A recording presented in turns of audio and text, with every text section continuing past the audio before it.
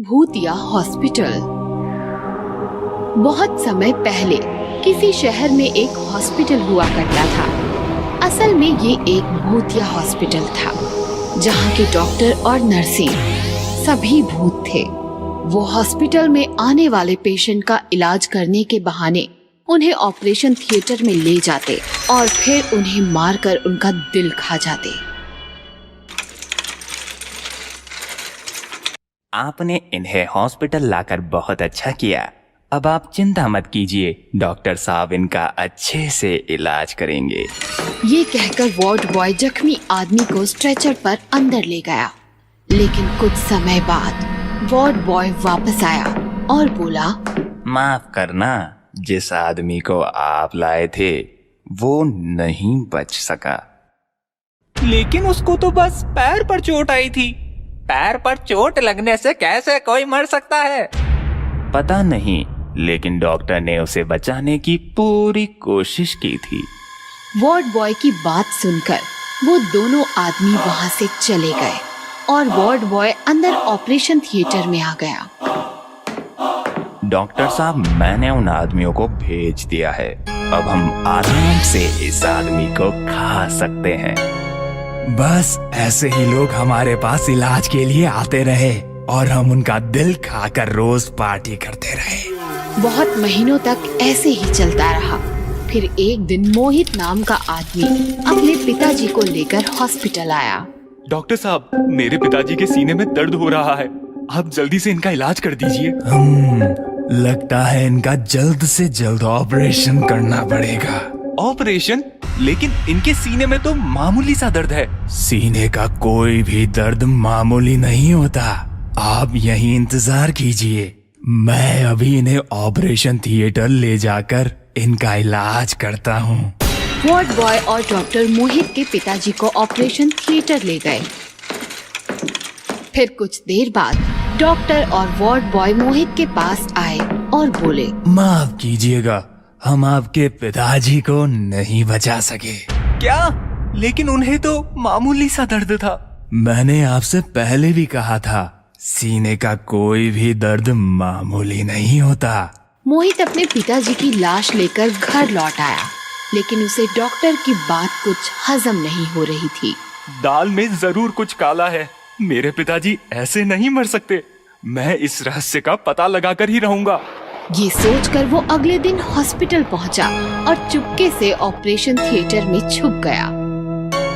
अब देखता हूँ ये डॉक्टर कैसे ऑपरेशन करता है। कुछ देर बाद डॉक्टर, नर्सेज और वार्ड बॉय एक पेशेंट के साथ ऑपरेशन थिएटर में आए।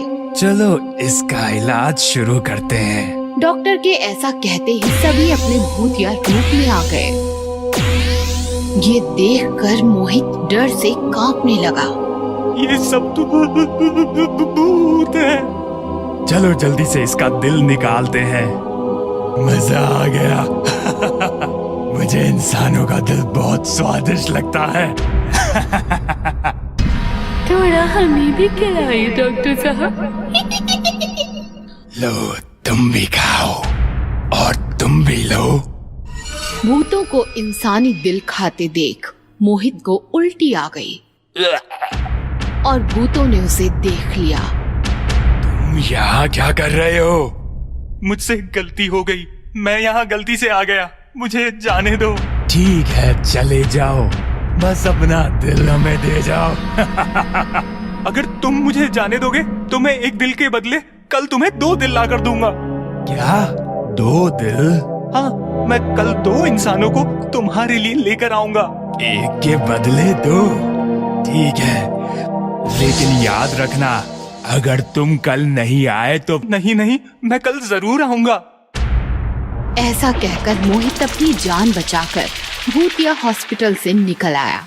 आज तो बच गया, लेकिन कल इन भूतों के लिए मैं 2 आदमी कहाँ से लाऊंगा? वो ये सोचता हुआ अपने घर की तरफ जा रहा था, तभी उसने सामने दीवार पर लिखा देखा, बंगाली तांत्रिक किसी भी तरह के भूत प्रेत के इलाज के लिए संपर्क करें। एक बार इस तांत्रिक से मिलकर देखता हूँ। मोहित तांत्रिक के पास गया और उसने तांत्रिक को सारी बात बताई। चिंता मत कर बेटा, तेरी चिंता आज से मेरी हुई। अब देख मैं उन भूतों का क्या करता हूँ। अगले दिन मोहित भूतिया हॉस्पिटल पहुंचा।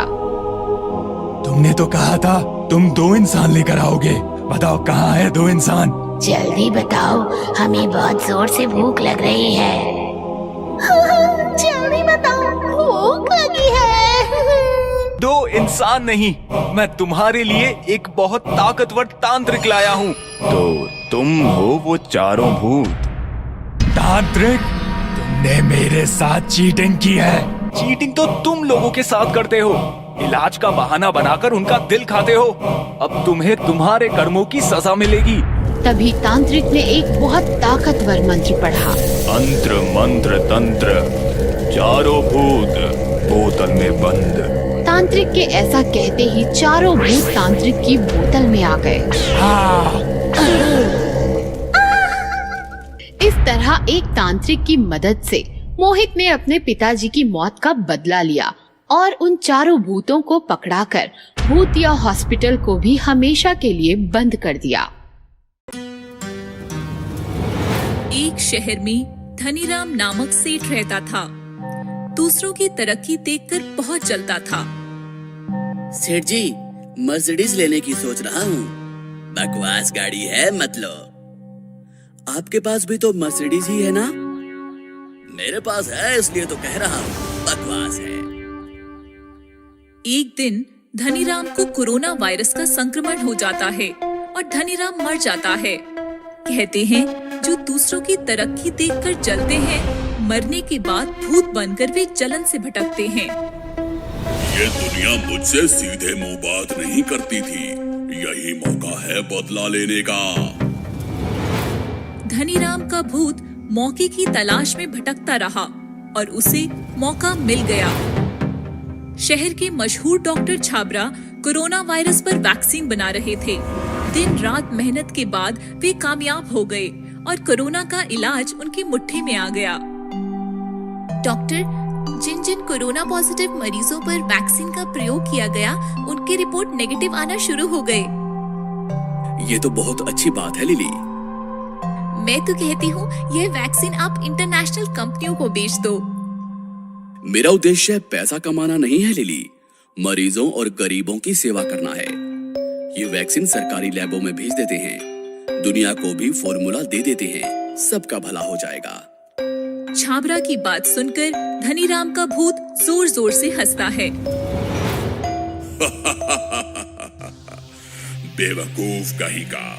इसकी जगह पे मैं होता तो वैक्सीन बेचकर अपने हजारों पीढ़ियों का बैठे बैठाए उद्धार करता। मैं भी देखता हूँ ये वैक्सीन कैसे बाहर जाती है। डॉक्टर छाबरा वैक्सीन लेकर सरकारी लैब की तरफ निकलते हैं।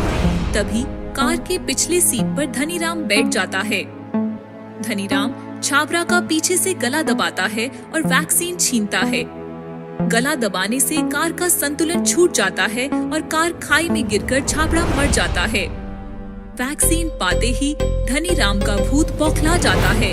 धनीराम एक बड़े न्यूज चैनल के स्टूडियो में जाता है, जहां लाइव डिबेट चल रही थी। भूत देखकर सब डरकर भाग जाते हैं। भूत भूत भूत। और धनीराम कैमरे के सामने बैठ जाता है। सुनो है दुनिया वालों, कोरोना का वैक्सीन मेरे हाथ में है। वैक्सीन बनाने वाले तुम्हारे भगवान डॉक्टर छाबरा को मैंने भगवान के पास भेज दिया है। अब मैं ही तुम्हारा भगवान हूँ। कोरोना से बचना है तो मेरी बात मानो। देश में जितने भी गली मोहल्ले हैं, चौक हैं, रास्ते हैं, सबको सेठ धनीराम का नाम दिया जाए।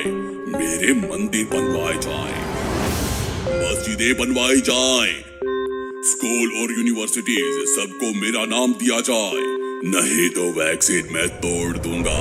फिर तुम वैक्सीन कैसे बनाओगे? यह सुनकर पूरी दुनिया हिल जाती है। सरकार उलझन में पड़ जाती है और यह केस सीबीआई को सौंपा जाता है। सीबीआई डॉक्टर छाबरा की असिस्टेंट लिली से पूछताछ करती है तो लिली बताती है, इस वैक्सीन का फॉर्मूला तो डॉक्टर छाबरा के साथ ही खत्म हो गया। अब वैक्सीन की टेस्टिंग करके ही उसे बनाया जा सकता है और वैक्सीन तो धनीराम के पास है। सीबीआई सरकार को रिपोर्ट करती है। सरकार लाचार होकर धनीराम की बात मानती है। सब जगहों से पुराने नाम हटाए जाते हैं और सेठ धनीराम का नाम दिया जाता है। धनीराम के मंदिर बनाए जाते हैं। विद्यालयों और यूनिवर्सिटी को भी धनीराम का नाम दिया जाता है। धनीराम खुश होता है। जो मैं जीते जी नहीं कर सका वो मरने के बाद कर दिखाया। दुनिया अब मेरे कदम चूमेगी। मेरी बीवी मेरा बेटा कितना खुश होंगे जब वो मेरा नाम देखेंगे। इधर धनीराम दुनिया को सताता रहा और उधर धनीराम की फैमिली रो रही थी क्योंकि उसका इकलौता बेटा भी कोरोना का शिकार बन गया था। जब यह बात धनीराम को मालूम हुई तो वह अस्पताल गया।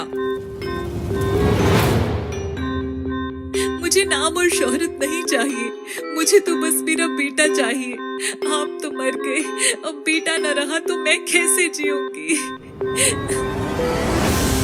धनीराम हैरान होकर डॉक्टर से कहता है, डॉक्टर मेरे पास वैक्सीन है, मेरे बेटे को चढ़ाओ जल्दी। इस वैक्सीन का प्रयोग हमें करना नहीं आता। ये तो सिर्फ डॉक्टर छाबरा की असिस्टेंट लिली ही जानती है। धनीराम लिली को उठा लेता है। छोड़ो, छोड़ो मुझे। मेरा बेटा मर जाएगा, उसे बचाओ। इस वैक्सीन का प्रयोग सिर्फ तुम ही कर सकती हो। लिली को लेकर धनीराम अस्पताल आता है। ये लो वैक्सीन, चढ़ाओ मेरे बेटे को, नहीं तो मैं तुम्हें मार दूंगा। जल्दी करो। लिली मजबूर थी, वह वैक्सीन चढ़ाती है। वैक्सीन चढ़ाते ही थोड़ी देर में धनीराम का बेटा तड़प कर मर जाता है। हे डॉक्टर, ये क्या हुआ? डॉक्टर चेक करता है और कहता है, ये मर गया है। अंदर जाकर वैक्सीन जहर बन गई। कोरोना से शायद बच भी जाता, पर वैक्सीन ने तो इसकी जान ले ली। धनीराम गुस्सा होकर लिली से कहता है, ये कैसी वैक्सीन बनाई तुम लोगों ने? मेरा बेटा मर गया। ये हमारी नहीं, तुम्हारी गलती है बेवकूफ। वैक्सीन बनने के बाद अच्छी तरह स्टोर करना पड़ता है और तुम इसे हाथ में लेकर घूम रहे थे, इसी वजह से ये जहर बन गई। तुम छाबरा को मारकर वैक्सीन चुराते नहीं तो आज तुम्हारा बेटा जिंदा होता। वैक्सीन तो दूसरी भी बन सकती है, पर तुम्हारा एक ही बेटा था। अब तुम दूसरा बेटा कहाँ से लाओगे? धनीराम की बीवी धनीराम से कहती है, तुम्हें दुनिया से नफरत थी, तो इसमें मेरे बेटे का क्या कसूर था? जाओ यहाँ से, मैं तुम्हारा मरा मुंह भी नहीं देखना चाहती। धनीराम का भूत बुरी तरह से टूट जाता है और वहाँ से चला जाता है। कहते हैं आज भी धनीराम का भूत भटक रहा है। आज भी उसे मुक्ति नहीं मिली। पहले नफरत की आग में जल रहा था, आज पछतावे की आग में जल जल कर तड़प रहा है। माफी दे दो, माफी, मुक्ति दे दो, मुक्ति।